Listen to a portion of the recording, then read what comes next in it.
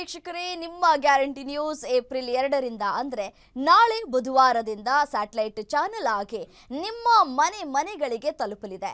ನಿಮ್ಮ ಗ್ಯಾರಂಟಿ ನ್ಯೂಸ್ನ ಆನ್ ಏರ್ಗೆ ಸಿಎಂ ಸಿದ್ದರಾಮಯ್ಯ ಚಾಲನೆ ಕೊಡ್ತಾ ಇದ್ದು, ಅಶ್ವಿನಿ ಪುನೀತ್ ರಾಜ್ಕುಮಾರ್ ದೀಪ ಬೆಳಗಲಿದ್ದಾರೆ. DCM DK Shivakumar montage play ಮಾಡಲಿದ್ದು, ಕೇಂದ್ರ ಸಚಿವರಾದ ಕುಮಾರಸ್ವಾಮಿ ಪಿಸಿಆರ್ಗೆ ಚಾಲನೆಯನ್ನ ನೀಡಿದರೆ ಪ್ರಹ್ಲಾದ್ ಜೋಶಿ ಎಂಸಿಆರ್ಗೆ ಚಾಲನೆ ನೀಡಲಿದ್ದಾರೆ. ಬಿಜೆಪಿ ರಾಜ್ಯಾಧ್ಯಕ್ಷ ವಿಜಯೇಂದ್ರ ನಮ್ಮ ಗ್ಯಾರಂಟಿ ನ್ಯೂಸ್ನ ಹೈಟೆಕ್ ಸ್ಟುಡಿಯೋವನ್ನ ಉದ್ಘಾಟಿಸಲಿದ್ದಾರೆ. ಸಚಿವರುಗಳಾದ ಸತೀಶ್ ಜಾರಕಿಹೊಳಿ, ಮಹದೇವಪ್ಪ, ಮುನಿಯಪ್ಪ, ಶಿವರಾಜ್ ತಂಗಡಗಿ, ದಿನೇಶ್ ಗುಂಡೂರಾವ್, ರಾಮಲಿಂಗಾರೆಡ್ಡಿ, ಚಲುವರಾಯಸ್ವಾಮಿ, ಈಶ್ವರ ಖಂಡ್ರೆ, ರಹೀಂ ಖಾನ್ ಸೇರಿ ರಾಜ್ಯದ 20ಕ್ಕೂ ಹೆಚ್ಚು ಸಚಿವರು ಗ್ಯಾರಂಟಿ ನ್ಯೂಸ್ ಕಚೇರಿಗೆ ಬಂದು ಶುಭ ಹಾರೈಸಲಿದ್ದಾರೆ.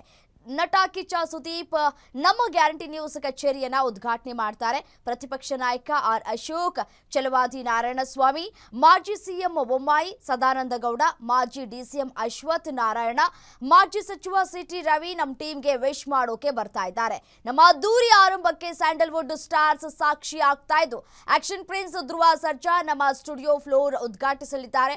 ಗೋಲ್ಡನ್ ಸ್ಟಾರ್ ಗಣೇಶ್, ಯೋಗರಾಜ್ ಭಟ್, ಶರಣ್, ಪ್ರಜ್ವಲ್ ದೇವರಾಜ್, ತಾರಾ, ಮೇಘನಾ ರಾಜ್, ಉಮಾಶ್ರೀ ಸೇರಿ ಇಡೀ ಸ್ಯಾಂಡಲ್ವುಡ್ ಸ್ಟಾರ್ಸ್ ನಮ್ಮ ಜೊತೆ ಇರ್ಲಿಕ್ಕಿದ್ದಾರೆ. ಜೊತೆಗೆ ದೊಡ್ಡ ದೊಡ್ಡ IAS IPS ಅಧಿಕಾರಿಗಳು ಗ್ಯಾರಂಟಿ ನ್ಯೂಸ್ ಕಚೇರಿಗೆ ಬಂದು ವಿಶ್ ಮಾಡ್ತಾರೆ. ಗಣ್ಯಾತಿ ಗಣ್ಯರ ಶುಭ ಹಾರೈಕೆಯೊಂದಿಗೆ ನಿಮ್ಮ ಗ್ಯಾರಂಟಿ ನ್ಯೂಸ್ ಅದ್ದೂರಿ ಲಾಂಚ್ ಆಗ್ತಾ ಇದೆ. ಏಪ್ರಿಲ್ 2 ಬುಧವಾರ ಬೆಳಗ್ಗೆ 9:18ರಿಂದ ನಾವು ನಿಮ್ಮ ಮನೆಗೆ ಬರ್ತಾ ಇದ್ದೇವೆ. ತಪ್ಪದೇ ನೋಡಿ, ನಮಗೆ ಆಶೀರ್ವಾದ ಮಾಡಿ. ನಿಮ್ಮ guarantee news Tata play, DTH ಸೇರಿದಂತೆ ಎಲ್ಲ ಕೇಬಲ್ಗಳಲ್ಲೂ ಲಭ್ಯ. ನಾರಾಯಣಪುರ ಡ್ಯಾಂ ನೀರಿಗಾಗಿ ಅನ್ನದಾತರು ಹೋರಾಟವನ್ನ ಮಾಡ್ತಾ ಇದ್ದಾರೆ. KBJNL ಕಚೇರಿಗೆ ಸಾವಿರಾರು ರೈತರಿಂದ ಮುತ್ತಿಗೆ ಹಾಕೋದಕ್ಕೆ ಪ್ರಯತ್ನ ಆಗಿದೆ. ಯಾದಗಿರಿಯ ಶಹಾಪುರದ ಭೀಮರಾಯನ ಗುಡಿ ಕಚೇರಿಗೆ ಮುತ್ತಿಗೆ ಹಾಕೋದಕ್ಕೆ ಪ್ರಯತ್ನ ಪಟ್ಟಿದ್ದಾರೆ ರೈತರು. ಕೃಷ್ಣ ಭಾಗ್ಯ ಜಲ ನಿಗಮ ಲಿಮಿಟೆಡ್ ಕಚೇರಿಗೆ ಮುತ್ತಿಗೆ, ಬ್ಯಾರಿಕೇಡ್ ತಳ್ಳಿ ಕಚೇರಿಗೆ ನುಗ್ಗೋದಕ್ಕೆ ಯತ್ನಿಸಿದ್ದಾರೆ ರೈತರು. ಪ್ರತಿಭಟನಾಕಾರರ ನಿಯಂತ್ರಿಸುವುದಕ್ಕೆ ಪೊಲೀಸರು ಹರಸಾಹಸ ಪಟ್ಟಿದ್ದಾರೆ. ಖಾಕಿ ಎದುರೇ ಬ್ಯಾರಿಕೇಡ್ ತಳ್ಳಿ ಕಚೇರಿಗೆ ನುಗ್ಗೋದಕ್ಕೆ ಪ್ರಯತ್ನವನ್ನ ಪಟ್ಟಿದ್ದಾರೆ.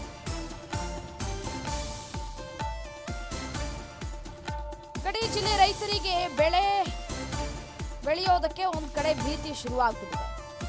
ಏಪ್ರಿಲ್ 20ರವರೆಗೆ ನಾರಾಯಣಪುರ ಡ್ಯಾಂ ನೀರು ಹರಿಸುವಂತೆ ಸುಬೇದಾರ್ ಅವರು ಆಗ್ರಹವನ್ನ ಮಾಡಿದ್ರು.